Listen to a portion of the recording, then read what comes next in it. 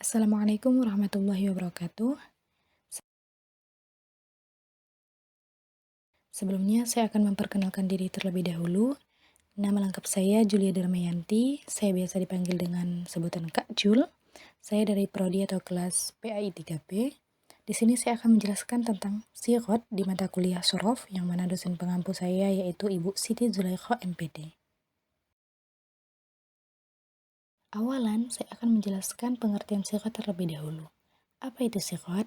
Nah, sighot adalah proses perubahan kata menjadi berbagai bentuk kata yang berbeda.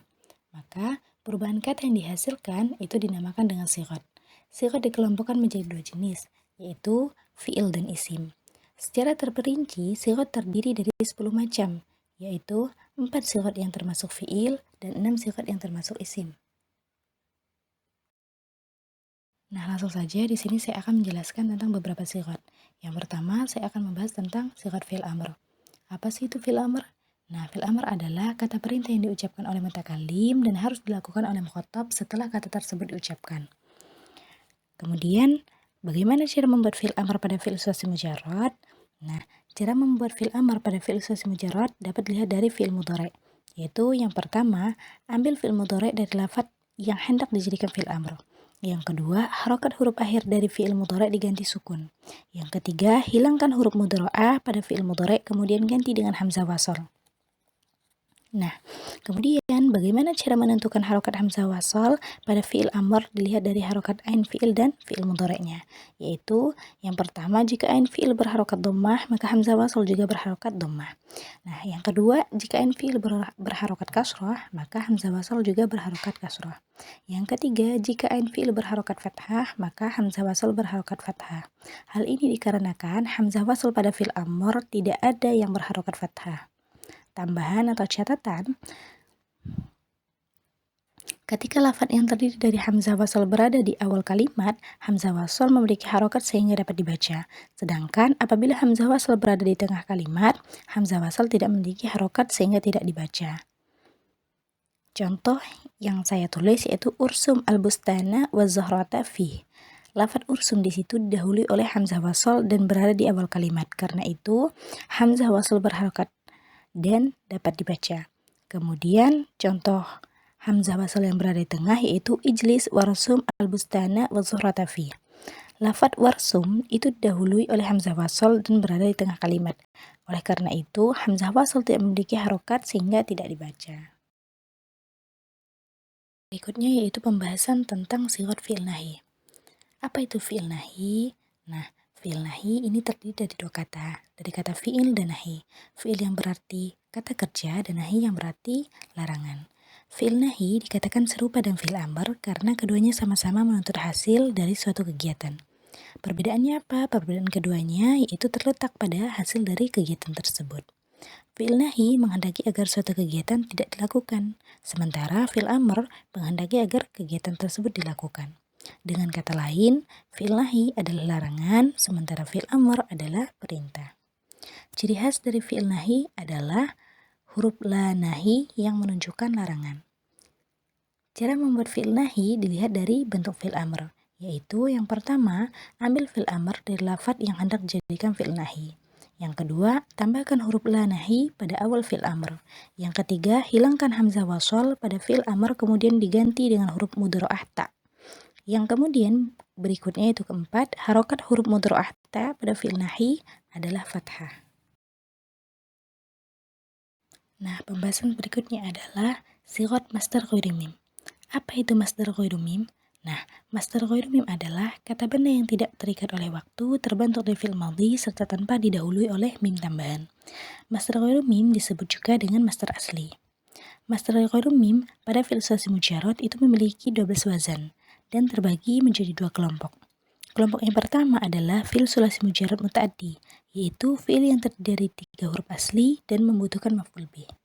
Kemudian kelompok yang kedua adalah fi'il sulasi mujarrad lazim, yaitu fi'il yang terdiri dari 3 huruf asli dan tidak membutuhkan maf'ul bih.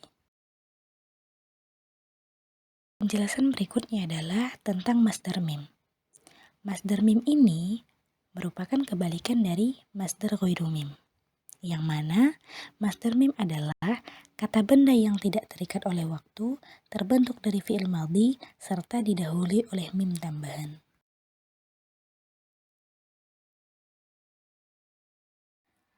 Pembahasan selanjutnya yaitu sigat isim fa'il, di mana contohnya di sini adalah pada kalimat kana Zaidun hafirun fi syira', yang artinya Zaid adalah pengerti di jalan. Lafadz hafirun di sini adalah kalimat isim yang berada di sigat isim fa'il. Nah, apa sih itu isim fa'il? Isim fa'il adalah kata benda turunan yang menunjukkan subjek atau pelaku kegiatan. Maksud dari kata benda turunan di sini adalah kata benda yang telah melalui proses tasrif. Dengan demikian, jika terdapat kata benda yang menunjukkan pelaku kegiatan tapi tidak melalui proses tasrif, maka bukan termasuk isim fa'il. Aiman Amin Abdul Ghani menyebutkan cara membuat isim fa'il dari fi'il sulasi mujarrad yaitu yang pertama, apabila fa'il dan ail fi'il dan lam fi'il berupa huruf sahih, maka isim fa'il mengikuti wazan fa'ilun. Yang kedua, apabila ain fi'il berupa huruf illat, maka isim fa'il mengikuti wazan fa'ilun. Huruf illat pada ain fi'il diganti hamzah meskipun huruf aslinya berupa waw atau ya. Kemudian berikutnya yang ketiga itu apabila lam fi'ilnya berupa huruf illat, maka isim fa'il mengikuti wazan fa'ilun, huruf illat pada ain fi'il dibuang. Keterangan, isim fa'il berbeda dengan fa'il. Isim fa'il adalah kata benda dan menunjukkan pelaku atau subjek, sedangkan fa'il ada kedudukan suatu lafadz yang menjadikannya sebagai pelaku atau subjek. Nah, isim fa'il seringkali berkedudukan sebagai fa'il, akan tetapi fa'il tidak selalu berupa isim fa'il. Perbedaan lainnya adalah isim fa'il merupakan kajian dalam ilmu shorof, sedangkan fa'il merupakan kajian dalam ilmu nahwu. Selanjutnya, kita akan membahas tentang sigat isim maf'ul. Apa sih itu isim maf'ul? Nah, isim maf'ul adalah kata benda turunan yang menunjukkan seseorang atau sesuatu yang dikenai kegiatan ataupun menjadi objek. Maksud dari kata benda turunan adalah kata benda yang telah melalui proses tasrif. Dengan demikian, jika terdapat kata benda yang menunjukkan objek tapi tidak melalui proses tasrif, maka bukan termasuk isim maf'ul. Nah, cara membuat isim maf'ul dari fi'il sulasi mujarrad adalah mengikuti wazan maf'ulun. Baik semua huruf pada fi'il sulasi mujarrad berupa huruf sahih maupun terdapat huruf illat atau fi'il mu'tal di dalamnya. Nah, selanjutnya itu kita akan membahas tentang sigat isim zaman dan isim makan. Awalan saya akan membahas tentang sigat isim zaman. Contohnya, laqad hadama Zaidun al-baita mahdiman. Lafaz mahdiman di sini yang dimaksud dengan isim zaman.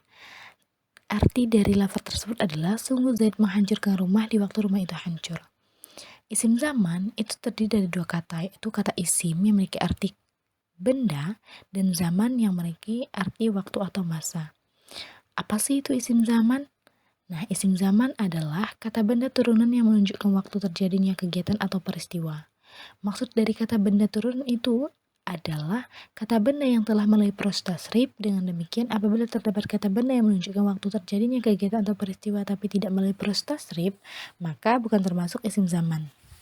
Kemudian, Aiman Amin Abdul Ghani menyebutkan cara membuat isim zaman dari fi'il sulasi mujarrad adalah mengikuti wazan maf'alun dan wazan maf'ilun. Selanjutnya, saya menerangkan tentang isim makan. Contohnya di sini yaitu hadam tu al-baita fil mahdim. Lafaz mahdim di sini yang dimaksud dengan isim makan. Yang mana arti dari kalimat tersebut adalah aku menghancurkan rumah di tempat yang hancur.